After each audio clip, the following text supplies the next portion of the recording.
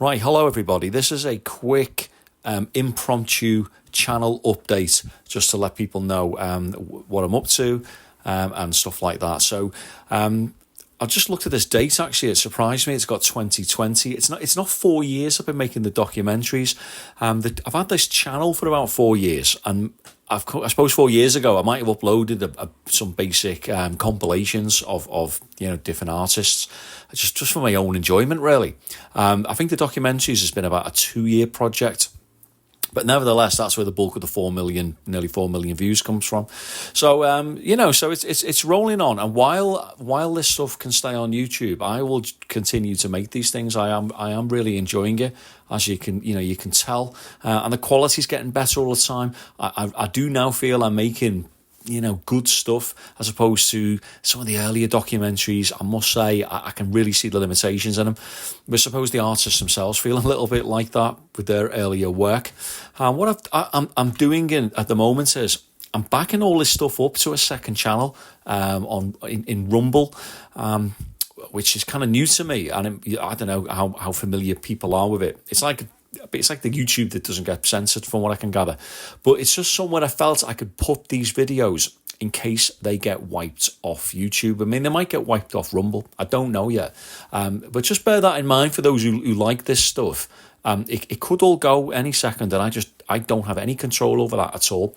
Because I use copyrighted music, the bands can just decide to get rid of it. And in light of them selling their back catalogues now, as I'm recording this, I think Floyd are selling their entire back catalogue for like £500 million. It might just be that changes of management and copyright algorithms just wipe this stuff, as I speak. So I just thought I'd share some of the comments and stuff here that I'm getting off people, because they're a real buzz, and there's some funny ones.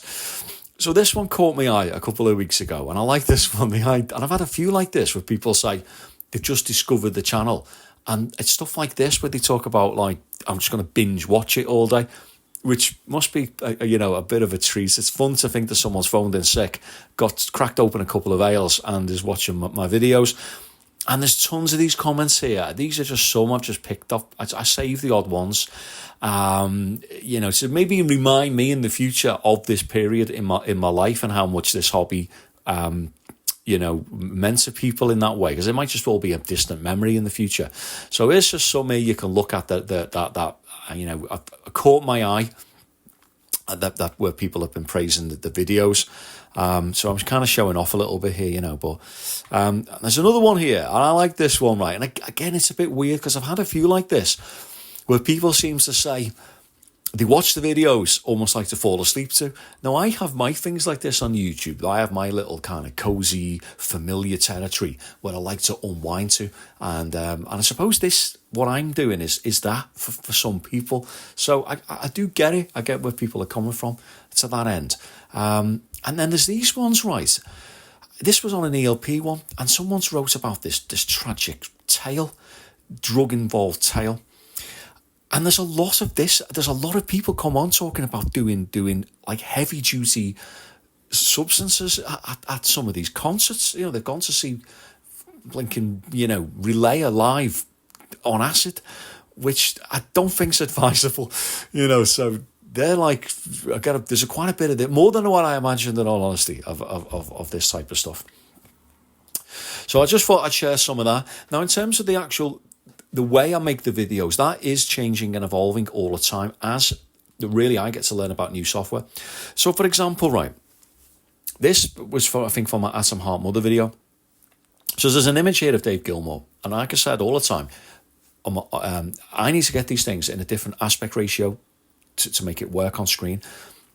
A year ago, this is the only way I knew to do it, and I would have to manually build the image back up again. So I'd find a guitar that he played, and then it kind of like, you can see in the bottom left there, I'm like manually erasing bits and copy and pasting bits of his arm, and I kind of fudged the solution at the bottom, which again has a bit of colour to it. Not perfect, but it's about as good as I can do. An ELP one shows a similar story. That coloured image, which again has been to some degree manually coloured, I've just like found a plant and a 70s looking desk to stick on the left and right to get it into the shape of screen that you're looking at now. I am now using different bits of software that do this, using this kind of AI thing. And really what happens is the software's fed a bank of images, and it just gets to sort of understand what they are, and then can kind of regurgitate them based on what I want. So these Floyd ones here now, I think are nice, although the more I look at them, there's sort of limitations. So this one, this is the AI software now, is basically fudging bits of a studio for me. So some of it looks okay, it picks up on like similar bits of amp and stuff that may have been used in that time, and then some of it is completely, what's the word? Anachronistic in a way. It doesn't match the time period. And on that one, you've got an amp. You've got, what's it called? Like a mic. There's a mic just floating in midair there, which I only noticed long after I published the video. So then these things are not perfect, but it saves me a mountain of time. It really does, to get something which is pretty damn good. I mean, that one there with them on the VCS3, so you've got this kind of like, the software can now complete the bits of Dave Gilmour's head that are missing and a bit of arm. Or I might have actually tell a lie. I actually got that arm from another. I think I got that arm from another image of him. So I did have to, manually do elements of that. And the colorization, again, the software I use to do it, but it just cannot do it perfect. At least what I found, and I try all kinds. You can't seem to tell it that he's wearing this kind of colour jumper or this kind of colour t-shirt. I don't know anything that does that, So let me know if you feel you can help me do this stuff better. And I'm all ears, John Anderson one, again, so it's partly a hybrid that of bits of other.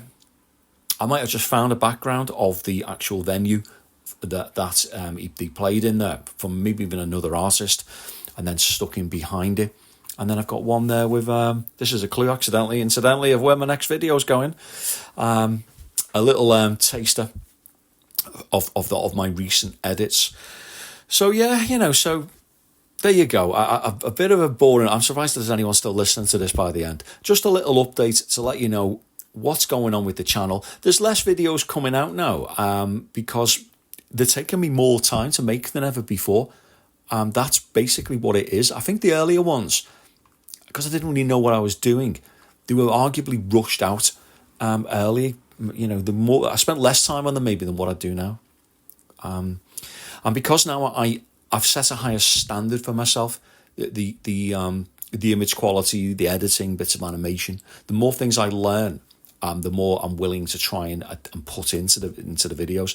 And of course, in the back of my mind all the time is I've got to try and move away from the big blowing bands of prog. I really want to try and do some more obscure things, and I've also got some ideas for videos which are completely different to the format I've done.